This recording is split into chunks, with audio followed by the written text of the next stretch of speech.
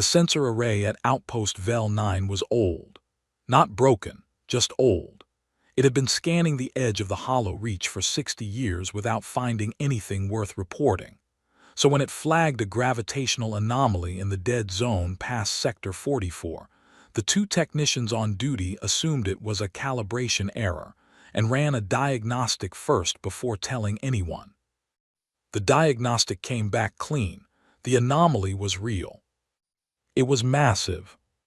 The Drevan Empire had one of the most complete warship registries in the known galaxy. Every vessel above a certain tonnage from every species that had ever signed a trade compact or a surrender document was logged and cataloged. The registry had entries for ships the Empire had destroyed centuries ago, just for completeness. When the outpost fed the gravitational data into the registry and asked for a match, the system returned nothing. Not an unknown nothing. The mass reading was larger than any warship class the Empire had ever recorded. Fleet Commander Dalen Rohr received the report 3 hours later. He read it twice, set it down, and read it again. He was not a man who panicked, and he did not panic now. What he felt was something closer to professional curiosity, the same careful interest he might give an unexploded ordnance on a battlefield. He requested a scout wing and got one without argument. High Command was not worried, but they were willing to let him look. He took 4 ships into the Hollow Reach. The Hollow Reach was unclaimed space, which in Empire terms meant space the Empire had not yet decided it wanted. It was not empty. Asteroid fields stretched across it in loose, drifting bands, thick enough to scatter sensor signals and thin enough to navigate. The Empire had surveyed it twice in the last century and found nothing of interest either time. Rohr had flown through it before on training runs and remembered it the way most officers did. Quiet, dull, and very, very dark. It was quiet now, too. That was the first thing that bothered him. There was no anomaly where the registry said there should be one. His sensors picked up the asteroid fields, the usual trace radiation from the nearby star cluster, the faint background noise of deep space, nothing else. The 4 ships spread into a search pattern and swept the area for 6 hours. They found debris, drifting metal fragments, some scorched, some not. Rohr had his team scan the fragments and found they were not ship wreckage. They were containers. Small, sealed, and built from an alloy that did not appear in the Imperial Materials database. His science officer opened one. Inside was a sensor node, compact and sophisticated, with a small antenna dish still extended and transmitting. Rohr looked at it through the display feed and said nothing for a moment. "It's watching us," his science officer said. "Has been since we arrived," Rohr answered. He pulled his ships back into a tight formation and did a full active sweep, pushing his sensors to maximum range. He found 17 more of the containers distributed across the field, some tucked against asteroids, some floating freely, all transmitting. Whatever had placed them had arranged them to cover every approach angle. Anyone entering this region of the Hollow Reach would be seen from multiple directions simultaneously. Someone had built a surveillance network out here, in unclaimed space, with technology the Empire did not recognize. Rohr filed his report honestly and completely. He listed everything, including his own assessment that the sensor nodes were not the work of pirates or rogue traders, that the engineering quality was too high and the placement too deliberate, and that whatever had placed them almost certainly knew his wing was there right now. High Command read the report and told him he was probably dealing with a well-funded smuggling operation. They thanked him for the thorough work and told him to withdraw. The Hollow Reach was not a priority sector. There were no Imperial assets at risk and no reason to escalate. Rohr ordered the withdrawal and brought his ships back to formation, heading for the border. The escort ship on his rear flank, a small fast-response vessel called the Vel 9, went silent 40 minutes into the withdrawal. No distress call, no combat alert, no explosion registered on any sensor. The ship simply stopped transmitting mid-routine status update, the way a voice stops when someone puts a hand over a mouth. Rohr turned his remaining ships around immediately. They searched for 2 hours. They found nothing. Not wreckage, not a debris field, not a single hull fragment or trace of engine output. The Vel 9 had been there, and then it had not been there, and the space where it had been was completely, perfectly empty. He filed a second report. This one he marked urgent. High Command did not tell him he was overreacting. This time they read it in full, passed it up the chain, and began drafting orders for a larger response. Somewhere in those early discussions, a historian attached to the War Council pulled an old file. He read it, set it aside, and then went back and read it again more carefully. He did not say anything about it yet. He wanted to be sure before he alarmed anyone. Out in the hollow reach, the sensor nodes kept transmitting. Whatever was receiving the signal was patient. It had been patient for a very long time already. 3 cruisers and a screen of 8 escort vessels crossed into the hollow reach under orders to find the missing ship, identify the source of the sensor network, and eliminate any hostile presence. The task force commander was Sub-Admiral Brent Oss, a methodical officer known more for precision than imagination. He did not expect to find much. He expected to sweep the sector, locate a wreck or an abandoned station, write a clean report, and return home within the week. The Dreadnought appeared on his long-range sensors 4 hours into the search. Oss's display team spent 11 minutes confirming the reading before anyone said a word out loud. The object was real, solid, and enormous. It sat at the far edge of scanner range, inert, radiating almost no heat and almost no engine output for something of its size. It had no running lights. It made no broadcast on any standard frequency. It simply existed, massive and dark, the way a stone exists at the bottom of a deep lake. His communications officer tried every standard hailing protocol. Nothing came back. They tried the common trade frequencies, the emergency bands, and 2 diplomatic channels reserved for first contact situations that had never actually been used in Oss's career. Still nothing. The object did not respond, did not maneuver, did not acknowledge their presence in any way. Oss followed standing doctrine. An unidentified vessel that fails to respond within the protocol window is classified hostile. He gave the order to advance and engage. His 3 cruisers moved forward in a tight wedge. The escorts spread wide to cover flanks. They closed the distance over 40 minutes, and as they got closer, the readings got stranger. The vessel's hull was angular and flat-sided in a way no Imperial ship was ever designed. Imperial warships were built with curves and swept lines to reduce stress fractures in combat maneuvers. This thing looked like it had been built by engineers who had simply decided the physics of aesthetics did not matter, who had put armor where armor needed to go and left everything else as bare geometry. It was ugly in the way tools are ugly, completely and unapologetically functional. The lead cruiser opened fire at combat range. The weapons hit. The sensors confirmed impact against the hull. The hull did not breach. For 30 seconds, nothing else happened. Then the Dreadnought released its drones. They came out of recessed bays along the hull's underside, hundreds of them, each one roughly the size of a large shuttle. They did not move like missiles. They moved like insects, spreading wide and fast, circling around Oss's formation from multiple angles before any targeting solution could lock onto them. The escorts opened fire and hit a dozen of them, which slowed the swarm not at all. The drones did not fire weapons. They attached. Each drone latched onto the hull of a ship and began broadcasting a precise, targeted frequency into the ship's power systems. Oss's engineering crew on the lead cruiser reported it first. The shields were dropping, not from damage but from drain. The power was simply being drawn out through the hull, fed into whatever the drone was doing. They could not interrupt it, because the drone's signal was adapting faster than the engineers could adjust their countermeasures, matching every frequency change they made before they finished making it. Within 8 minutes the lead cruiser was dark, engines dead, weapons offline, life support running on backup reserves.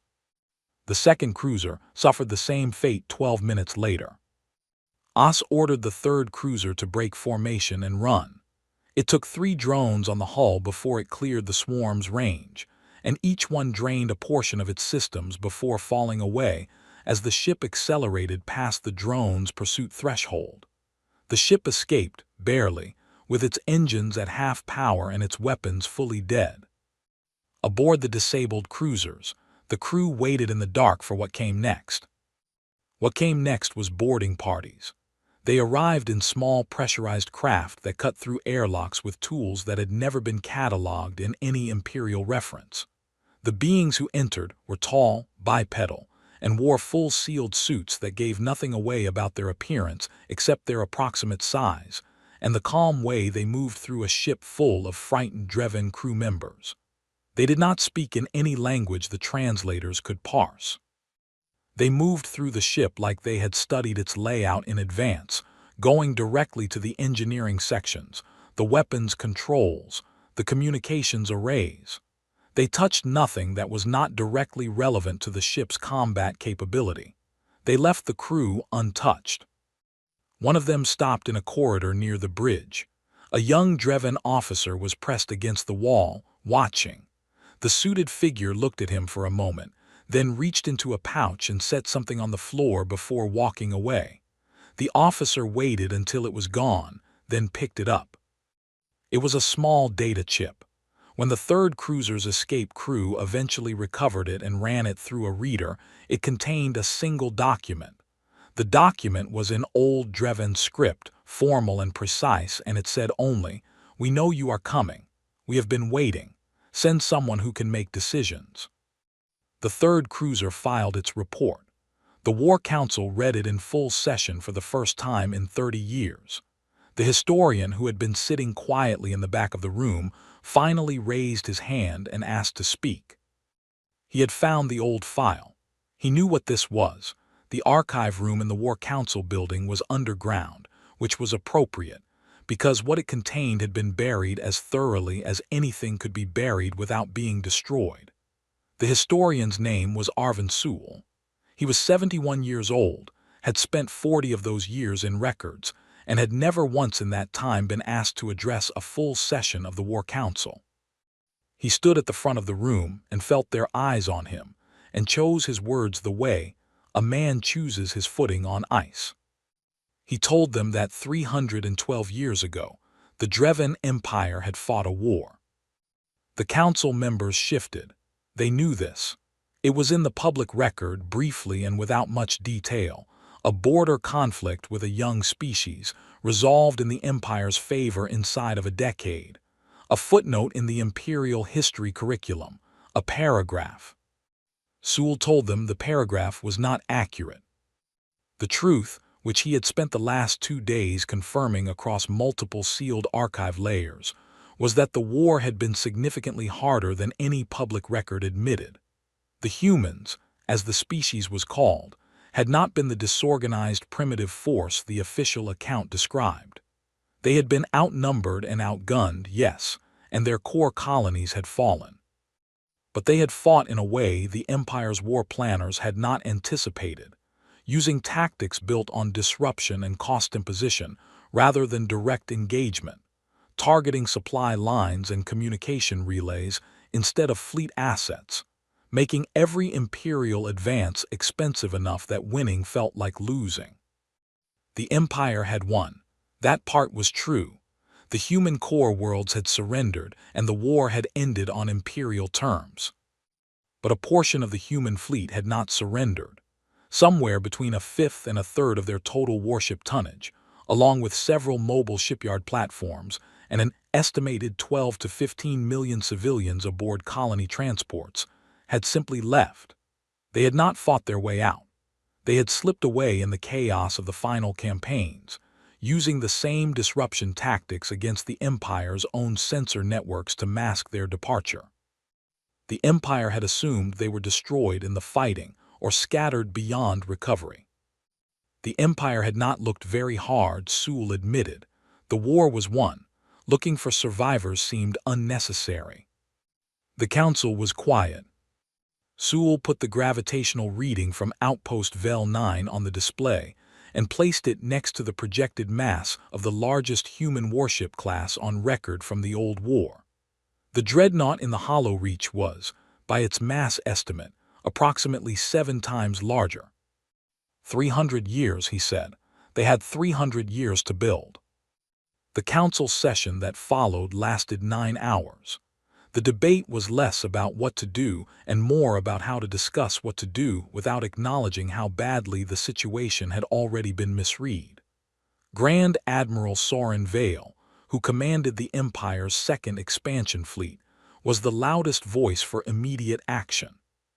He pointed out that the humans had attacked Imperial vessels, disabled 2 cruisers, and issued what amounted to a diplomatic ultimatum on a data chip rather than through proper channels. He called it an insult layered on top of an ambush.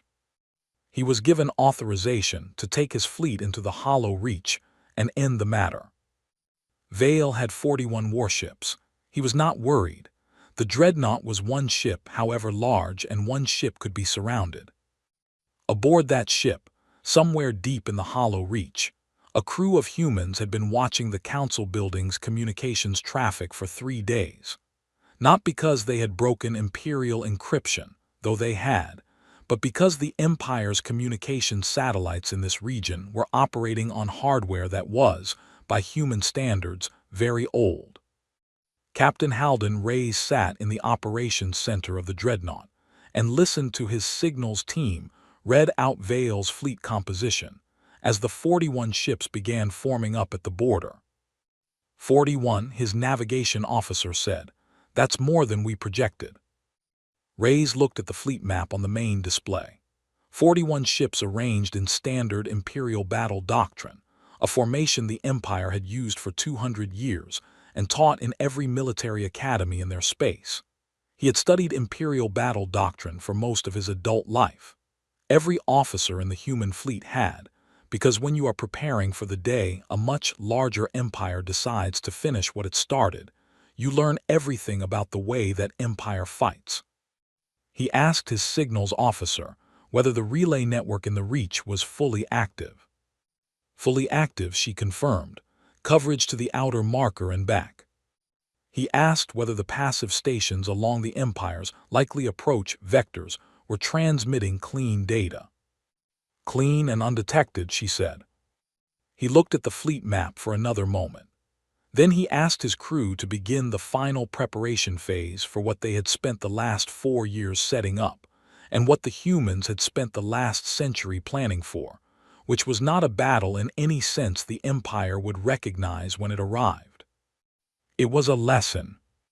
The 41 ships moved into the Hollow Reach. They were loud on sensors, which was intentional. They wanted the Dreadnought to see them and feel outnumbered. They had no way to know that every ship in that formation was already being watched from 17 different angles by systems they had never detected and would not detect until it was far too late. The Hollow Reach swallowed them all. The first ship that vanished was the scout frigate running point on the fleet's leading edge. It was a routine forward sweep, the kind run 1,000 times on 1,000 patrols, and the frigate's crew had no reason to treat it differently.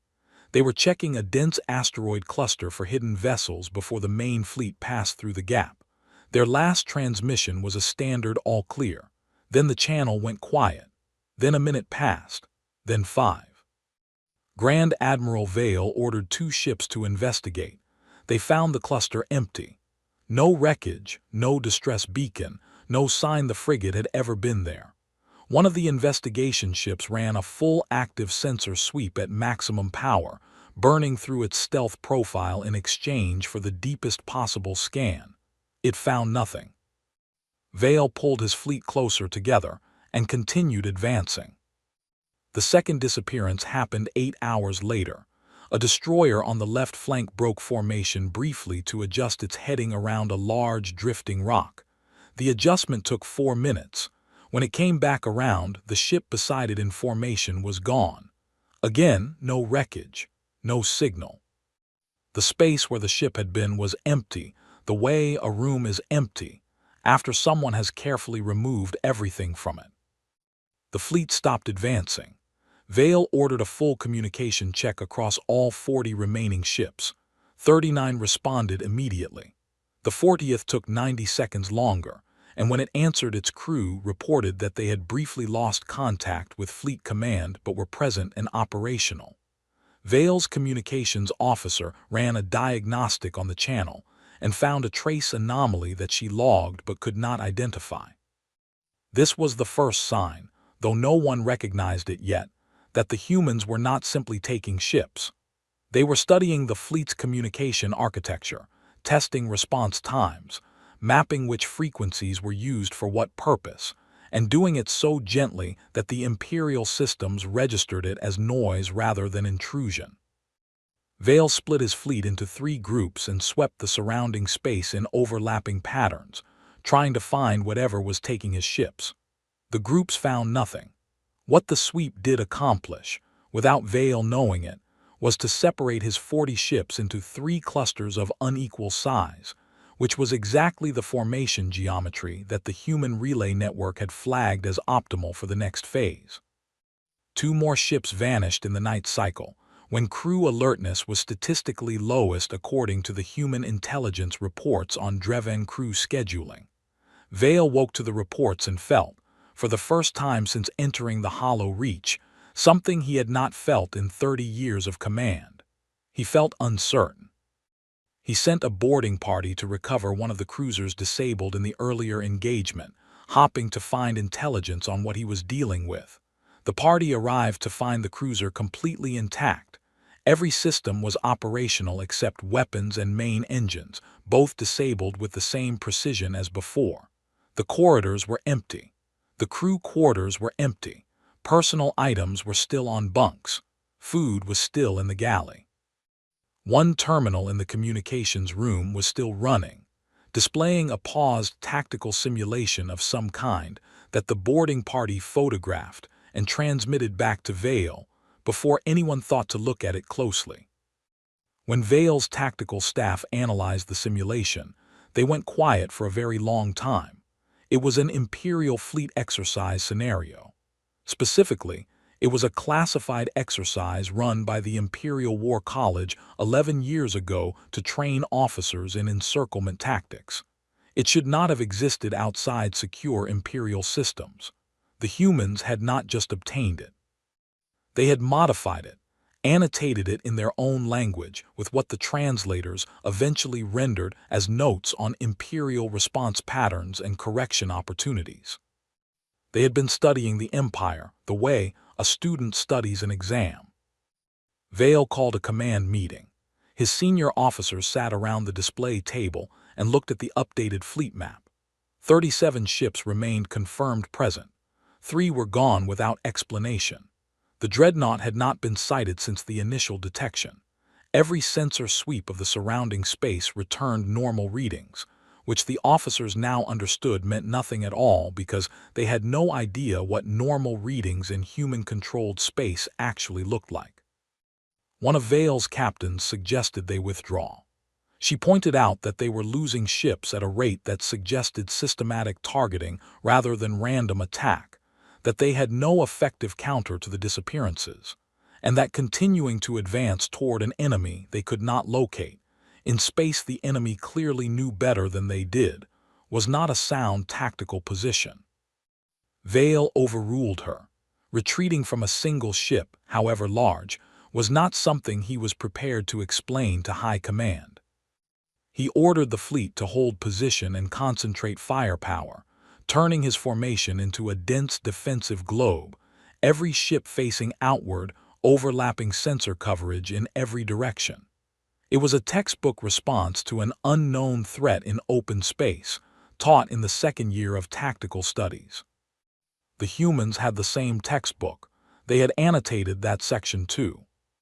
By the time Vale realized his defensive globe had done nothing except make it easier to calculate which ships were on the outer layer and which were protected inside, he had lost 4 more. The outer layer was simply being peeled away, one ship at a time, with a patience that felt less like combat and more like someone slowly and methodically sorting a pile of objects into the ones they wanted and the ones they did not. He was not the hunter. He had not been the hunter since he entered the Reach. He understood that now. He did not yet understand how completely the trap had closed. What Vale saw on his main display was not something his training had prepared him to process. It was the hollow Reach, a region of space he had entered 2 days ago as unclaimed and empty, and it was neither of those things anymore. The asteroids were moving. Not randomly, not under natural drift, but in slow and deliberate arcs that were repositioning them into a pattern his tactical officers were still trying to classify. Several of the larger rocks had cracked open, and from inside them came structures that had clearly been built there deliberately. Antenna arrays, weapon platforms, relay stations all folded neatly into artificial cavities and sealed with a surface coating that matched the surrounding rocks so precisely that the Empire's sensors had read them as solid stone for 2 days. The hollow Reach had not been surveyed. It had been developed, and the development had been hidden inside the landscape itself.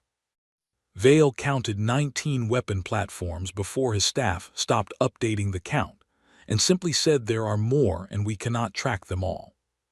The Dreadnought appeared then, not from the direction any of his ships were facing, but from directly below relative to the fleet's orientation, rising from behind an asteroid cluster that had been parked 600 kilometers off and which had, until approximately 4 minutes ago, been broadcasting a clean empty space sensor signature. It was running no lights as before. It moved slowly. It did not fire. Around it, visible now on every scanner, were the other ships. They had been there the whole time, silent and cold running in the dark between rocks, shaped and coded to disappear inside the ambient sensor noise of the asteroid field. Vale counted 31 of them before his communications officer interrupted him to report that the fleet's jump drives were offline. Not damaged. Offline. The same targeted frequency drain that had disabled the cruisers in the earlier engagement was now being applied simultaneously to every ship in the formation, broadcast from the weapon platforms at a power level that overwhelmed any local countermeasures. The fleet was parked. No jump, engines at fractional thrust, weapons operational but pointed at targets that were dispersed, armored and dug into positions designed to absorb Imperial fire while returning fire from angles the Imperial ships could not all cover at once. Vale's captain, the one who had suggested withdrawal days ago, said nothing. She did not need to. The communication request came through on an open channel, which was unusual, and in clear Dreven language, which was more unusual, and in the formal diplomatic register used between sovereign governments, which stopped the entire bridge of Vale's flagship from moving for a full 3 seconds. The voice was calm, not arrogant, not cold, simply calm the way a person is calm when they have already done every difficult thing and are now only required to speak. The voice introduced itself as Captain Halden Reyes of the human vessel Reckoning, and it said that no one intended to harm Vale's crews. It said that the ships which had vanished were intact and their crews were safe, held aboard human vessels, and would be returned when the current situation was resolved. It said the weapon platforms would not fire unless fired upon, and it invited Vale to take as much time as he needed to assess his position before responding. Vale assessed his position. It took less time than Reyes had offered. He asked what the humans wanted. Reyes answered without hesitation. Humans wanted recognition, he said. Not territory, not reparations, not an apology, though an apology would not have been unwelcome. What they wanted was for the Dreven Empire to update its understanding of the galaxy. Specifically, to update its record of humanity from pacified remnant to sovereign state, with the full legal standing and border recognition that entailed. They wanted a treaty written between equals, not a clemency arrangement offered by a superior power to an inferior one. Vale said that the Empire did not negotiate under threat. Reyes agreed that this was the Empire's stated policy. He then pointed out that the Empire had twice attempted to address this situation with force, and had twice failed to achieve the intended result, and that a third attempt with more ships would produce a third failure for reasons he was prepared to explain in as much technical detail as Vale wished. He said this without mockery. He said it the way an engineer explains a structural flaw in a building, not to embarrass the building's owner, simply because the flaw exists and pretending otherwise does not make the building safer. There was a long silence on the channel. Then Vale asked to see the crews of the missing ships. Reyes arranged a visual confirmation within 15 minutes. The Dreven crews were in good condition, in clean facilities being fed. One of them, a young officer who recognized the camera, waved at it awkwardly and held up a small sign that read "We are fine" in Dreven script. It looked like someone on the human side had helped him write it. Vale sat with that image for a moment. He had 41 ships when he entered the Hollow Reach. He had 33 now, all of them immobilized. He was surrounded by an infrastructure that had taken decades to build and had been invisible to the Empire's entire intelligence apparatus until the humans chose to reveal it. He had been outplanned, outpositioned, and outweighted by a species his civilization had written off as a footnote. He asked his communications officer to open a formal channel. He told Reyes he was prepared to discuss terms. Reyes said that was all they had ever asked for. The treaty took 11 days to draft. It was written aboard the Reckoning, which was the first time in 300 years that a Dreven Grand Admiral had sat at a table inside an enemy vessel under anything other than a prisoner arrangement. Vale had expected the human ship to feel primitive inside, a rough and improvised thing built by survivors working from old memories. Instead, the interior was clean and purposeful, all function and no waste, the same design philosophy as the hull. The corridors were wide enough for 2 people to pass comfortably. The lighting was warm. The air recyclers ran quieter than anything Vale had on his own flagship. He noticed the first day that the walls in the meeting room carried no decorations. No flags, no insignia, no portraits of leaders or maps of victories. Just a single line of text in the human language printed plainly above the door. He asked the translator to render it. The translator worked for a moment and then gave him, "Patience is the longest weapon." Vale did not comment on it. He wrote it down. The treaty was transmitted to Imperial High Command on the 4th day. The reaction was not uniform. A faction of the Council wanted to reject it and mobilize a larger force. This faction spent 2 days making that argument before someone pointed out that if the humans had built a concealed infrastructure network of that scale in the Hollow Reach, there was no reason to assume the Hollow Reach was the only place they had built one, and that mobilizing a larger force without knowing where those other networks were located was not a military strategy so much as a plan to lose more ships in more locations. The argument for rejection went quiet after that. The treaty was ratified on day 11. The Empire recognized human space as sovereign territory.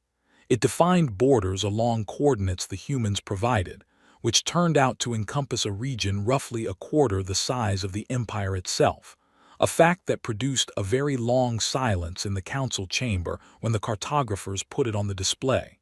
The humans had not just been hiding.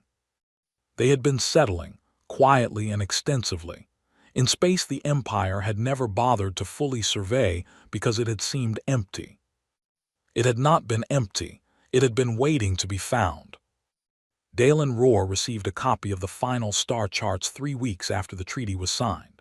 He had been on administrative leave since filing his second report, which High Command had initially marked as an overreaction before circumstances made overreaction look like understatement. He was not blamed for what followed, exactly, but he was not thanked either. An administrative leave was the Empire's way of keeping someone available to blame if the political situation shifted. He spent the leave reading, mostly, and waiting. He spread the new charts across his desk and looked at them for a long time.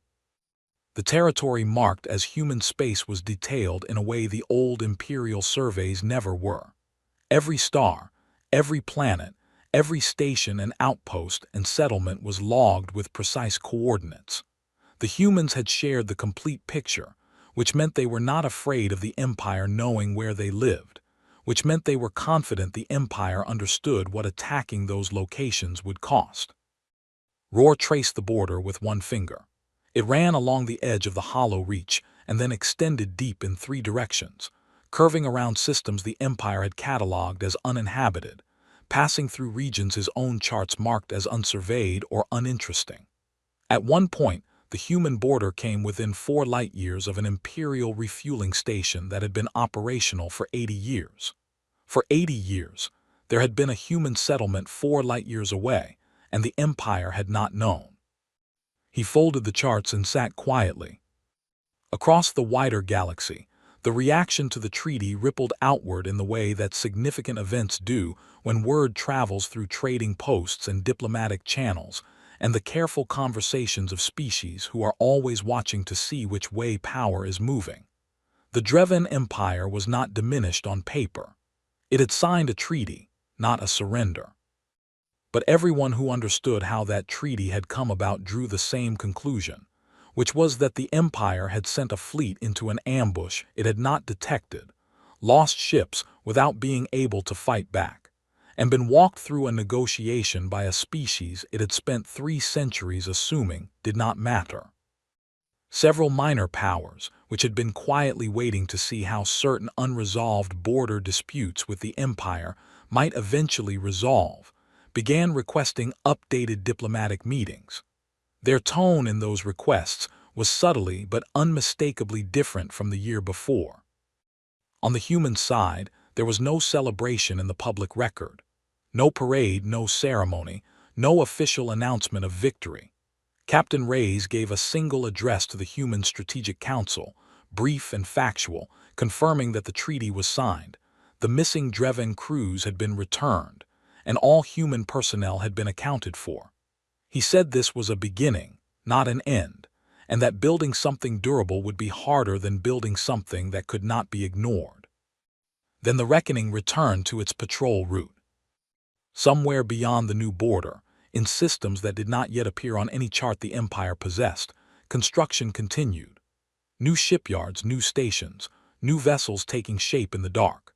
Not because war was coming, because the humans had learned at great cost and over a very long time that the galaxy's memory was short, and that the best answer to a short memory was something large and patient and quiet, waiting to be rediscovered whenever someone made the mistake of forgetting.